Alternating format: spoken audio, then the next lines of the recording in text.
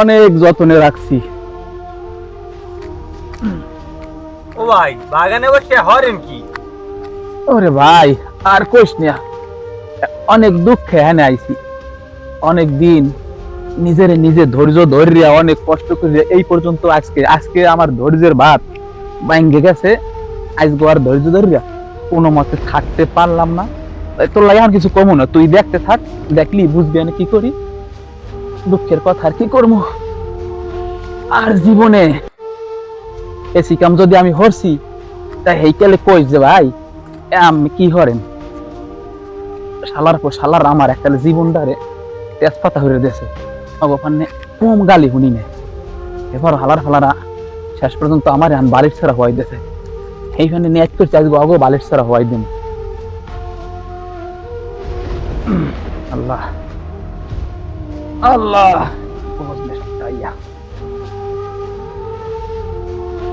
আল্লাহ আল্লাহ, বিসমিল্লাহ।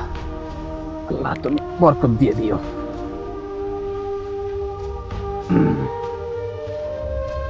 শান্তিতে থাইস। অনেক যত্নে রাখছি, অনেকদিন কষ্ট করে রাখছি ভাই। আল্লাহ তোকে কেঁচড়াই খাইবে, উন্দুরে খাইবে, বুইলে খাইবে, মাইঠে হাফে খাইবে, খাই না। জীবনের প্রথম প্রেম আনলি তোরা, আজকে বিসর্জন দিয়ে গেলাম এই প্রেম এই মৃত্যু পুরীতে। আল্লাহ আল্লাহ আল্লাহ, থাক তোরা, দেখা হইবে। আশা করি না তোকে লাগে দেখা হইবে, যে কাম করছো দেখা হরার আর ইচ্ছা নাই। ওম বগান বগান আমার, আমি এক ও আলার ফালারা নাই মে সিংগাম খাও, সিংগাম সিংগাম আজকে দিলাম আটকাই যাই।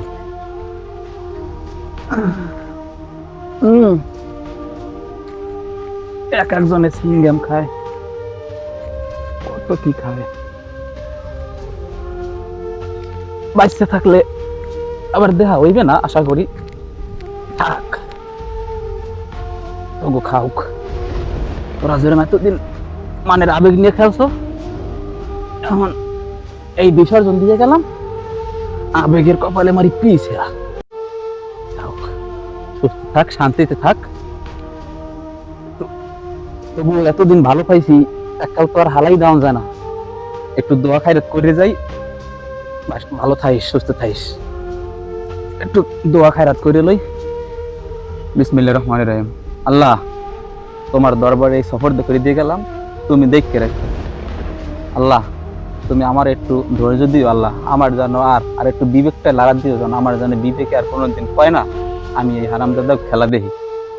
এরা যা শুরু আছে আর আমি চাই না। আর আমার মোবাইলের দেয় যেন, আমার মোবাইলটা যখন চালাম, আমি যখন ফেসবুক স্ক্রল করবো, আমার সামনে যেন কোনো এই নিউজ আয় না।